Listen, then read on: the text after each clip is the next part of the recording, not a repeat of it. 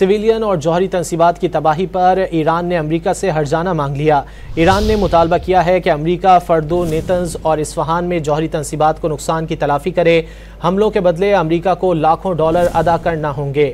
ایرانی نائب وزیر خارجہ سعید خطیب زادہ نے المیادین ٹی وی کو انٹرویو میں کہا کہ سائنسی اور تکنیکی تنصیبات پر بمباری کی شکایت اقوام متحدہ میں درج کرائیں گے۔ امریکہ نے غاصب اسرائیلی حکومت کے ساتھ مل کر جارحیت کا ارتکاب کیا۔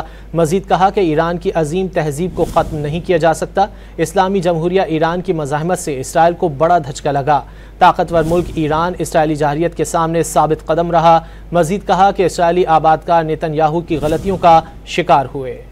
امریکہ نے غاصب اسرائیلی حکومت کے ساتھ مل کر جارحیت کا ارتکاب کیا۔ مزید کہا کہ ایران کی عظیم تہذیب کو ختم نہیں کیا جا سکتا۔ اسلامی جمہوریہ ایران کی مزاحمت سے اسرائیل کو بڑا دھچکا لگا۔ طاقتور ملک ایران اسرائیلی جارحیت کے سامنے ثابت قدم رہا۔ مزید کہا کہ اسرائیلی آبادکار نیتن یاہو کی غلطیوں کا شکار ہوئے۔